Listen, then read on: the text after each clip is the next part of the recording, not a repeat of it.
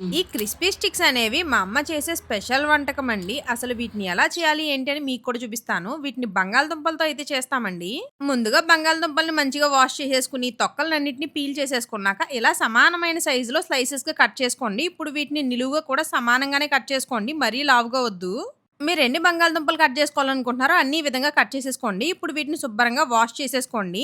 వీటిని వాష్ చేసుకున్నాక ఏదైనా ఒక పొడి క్లాత్ మీద వీటిని ఈ విధంగా పరిచేసుకోండి పలచగాను. ఒక గంట సేపు నీడలో బాగా ఆరనివ్వండి. ఇవి మంచిగా ఇలా పొడి పొడిలాడుతూ ఆరిపోతాయండి. ఇక్కడ చూపిస్తున్నారు చూసారా? ఈ విధంగా ఆరిపోయిన తర్వాత వీటినైతే పక్కకు తీసేసుకోండి ఒక గిన్నెలోకి. ఇప్పుడు ఏదైనా గిన్నె తీసుకొని అందులో ఒక స్పూన్ శనగపిండి, ఒక స్పూన్ వరిపిండి, ఒక స్పూన్ కార్న్ ఫ్లోర్, అలాగే కొద్దిగా అల్లం వెల్లుల్లి పేస్ట్ అండి, ధనియాల పొడి కొద్దిగా, ఒక పావు స్పూన్ మిరియాల పొడి వేసుకోండి. దానితో పాటు ఒక అర స్పూన్ జీలకర్ర పొడిని, ఒక స్పూన్ కారం, తగినంత ఉప్పు కూడా వేసుకోండి. ఇప్పుడు ఏదైనా ఒక పాన్ తీసుకొని దాంట్లోకి సరిపడా ఆయిల్ అయితే పోసుకొని దాన్నయితే మంచిగా వేడవ్వనివ్వండి.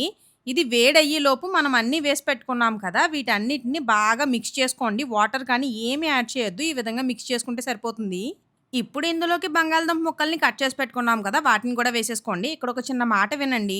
మేము తక్కువ బంగాళదుంపలే వేయించుకుంటున్నాం కాబట్టి ఒకేసారి వేసుకున్నాము. మీరు ఎక్కువ వేయించుకోవాలి అనుకుంటే గనక పౌడర్ పక్కన పెట్టుకొని, ఏ వాయికి ఆ వాయి అప్పటికప్పుడైతే మిక్స్ చేసుకోండి బంగాళదుంప ముక్కల్ని. అప్పుడు అసలు నీరు రాకుండా మీకు చాలా క్రిస్పీగా వేగుతాయి.